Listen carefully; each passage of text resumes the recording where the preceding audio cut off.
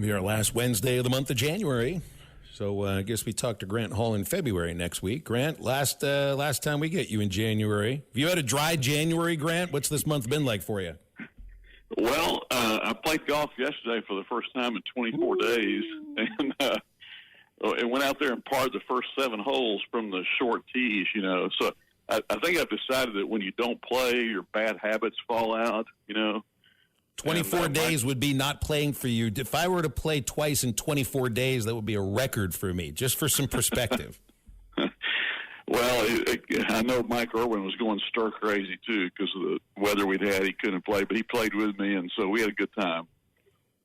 You watching basketball in the middle of the week without Arkansas playing? That Tennessee-Kentucky game was really entertaining yesterday, and I say this, you really got to give Pope credit. That's a team that is winning games that gets near the hundreds, into the hundreds. They win a game yesterday basically playing very, very good defense. You got to be worried about Kentucky, and I don't just mean Arkansas this Saturday. Well, yeah, I thought they played really well to win at Tennessee like that. Pope was an ultra competitive player for Kentucky, and he wasn't the most talented guy, but he's one of their best players. When he played, and he's the same way as a coach, I'm sure. So I was kind of thinking toward the end of that game, is it better for Arkansas if they win this or lose this? And I kind of think it's better that they won it even, now maybe that softens them up a little bit. They're going to be expecting to probably blow Arkansas out Saturday night. And it's really interesting I was listening to Calipari the other night talk about anticipating going back there, and he's going to see some friends. He's going to eat with some friends on Friday night, go to Dunkin' Donuts on Saturday morning, and then it'll feel weird for him, being on a different side of the floor. And I don't, the reaction is going to be mixed. I don't think he probably will get booed as roundly maybe as some people think he might, and maybe because Arkansas is 1-6, maybe they feel a little bit sorry. Is any possibility of that, guys, or will he just be roundly booed when he goes in there? Yeah, I don't know, Grant. That's a good point, because I don't know any team that feels sorry for anybody coming through. 1-6. Where is? Give me 2 more wins. Give me 3 more. Does this basketball team get to 4 conference wins? I don't see it on the schedule. I think LSU's their next chance to win a game. That's Wednesday, February 12th at home. Do you got any chance? You got any faith in this Hog team can win 1 out of these next 3? LSU. Next 3, yeah, that's a different thing. If you're just talking about overall, South Carolina. Maybe one of the Texas games, maybe. Yeah, it doesn't look like too many right now. But I mean, they've been in these games basically, and he could have won the one the other night. I thought it was interesting what he said about going to John L. Davis on the last shot. He wanted to infuse him with some confidence. He thought he basically said the play should have been a dunk. It kind of broke down. Ivisic was talking to us about it afterwards. I'm not sure he understood completely in the noise what they were all going to be doing. I'm still not clear what was supposed to happen there, but I don't think it was a reverse layup prayer attempt that they got, That's like the season in a microcosm, Grant. Think about it. Yeah. Think about that. Yeah. Right. I mean, you get a guy like Nelly Davis to take that last shot. I'm sure he did it plenty of times at Florida Atlantic, and I'm just forgetting about, moments that he tied a game at the end or a buzzer beater. You got him for that very reason. So that, and I hate to be piling on him, because it's not just about Nelly Davis, but it's just the injury to Boogie. And the idea that we don't know when he's going to play again or if he will play again, it just fits perfectly into the arc of what the season has been like. You start to hear about some injuries before practice even started.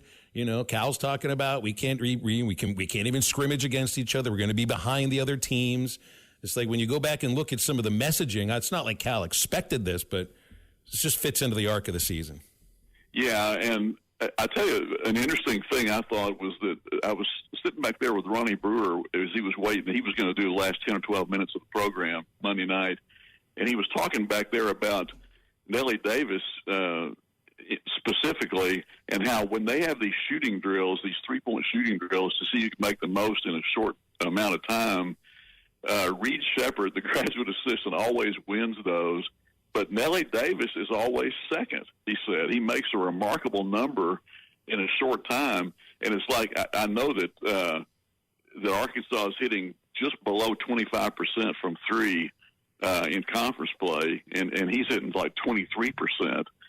So it's kind of, it's kind of like last year with Poffenbarger on the women's team. We stand out there and watch her hit 10, 12 in a row after the game threes, with nobody on her, obviously, and then just struggle to do it in the game.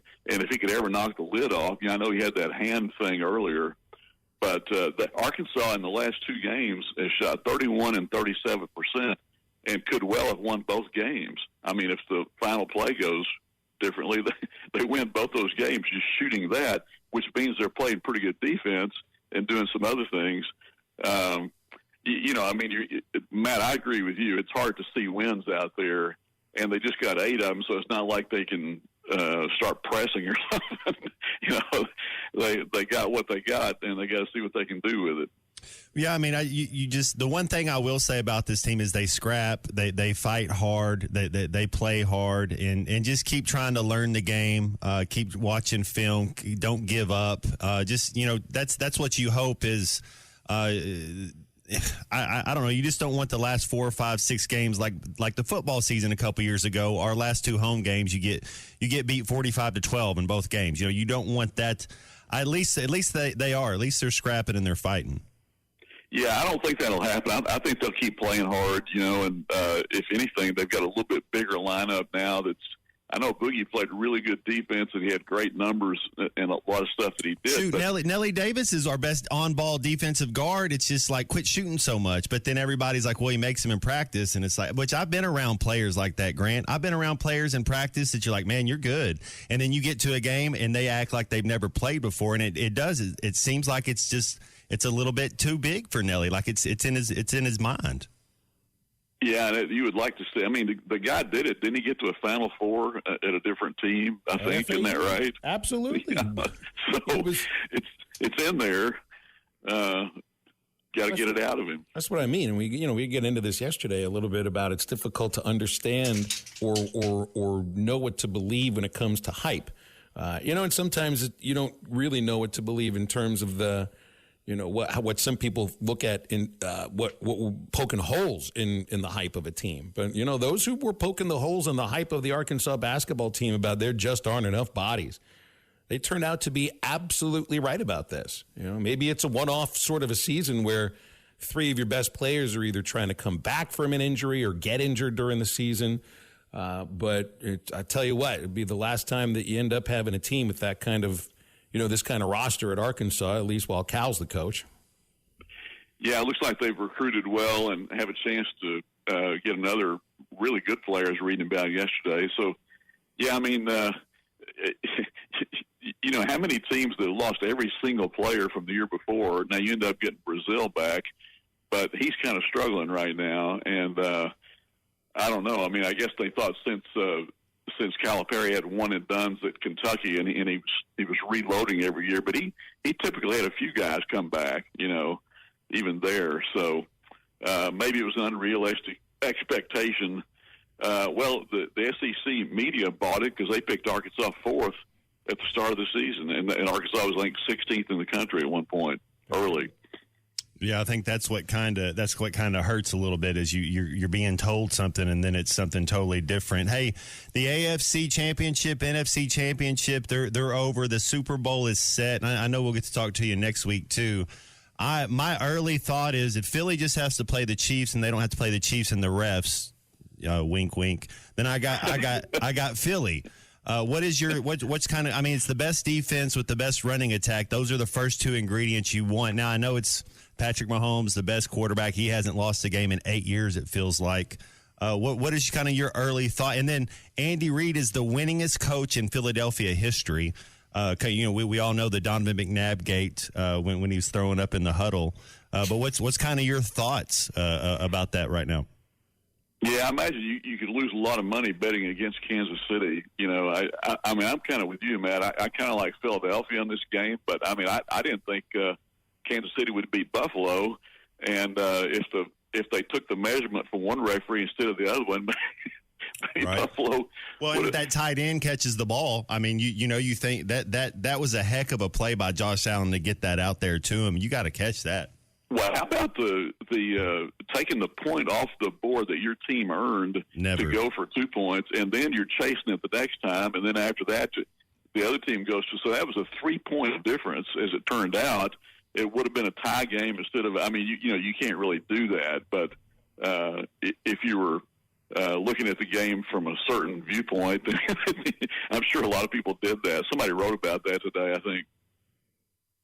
We got 16 days until the start of the baseball season at Arkansas, Grant. Are you now? I can appreciate things about you because you go to nearly all the events, so you're not like a Rogers Hornsby who's just like would say I'd sit near the window looking out, waiting for baseball season all winter long. I always people that put that quote up to impress us about how much you love baseball. It's like, hey, Rogers Hornsby was a pretty miserable son of a gun, so you just go see a movie, go do something. I love baseball just as much as anybody else, but I can appreciate the other things in life. But then again, I do get pretty fired up when we're within 16 days.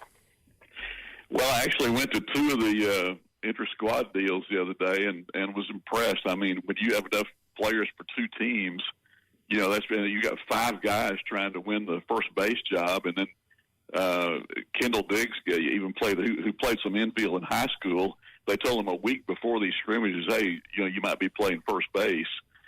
So you got things like that. But Rocco Pepe, remember his name? He's from Fresno State. Hit one. He went down and got a low pitch, and it didn't even look like he swung that hard, and he got it way out of there in left field.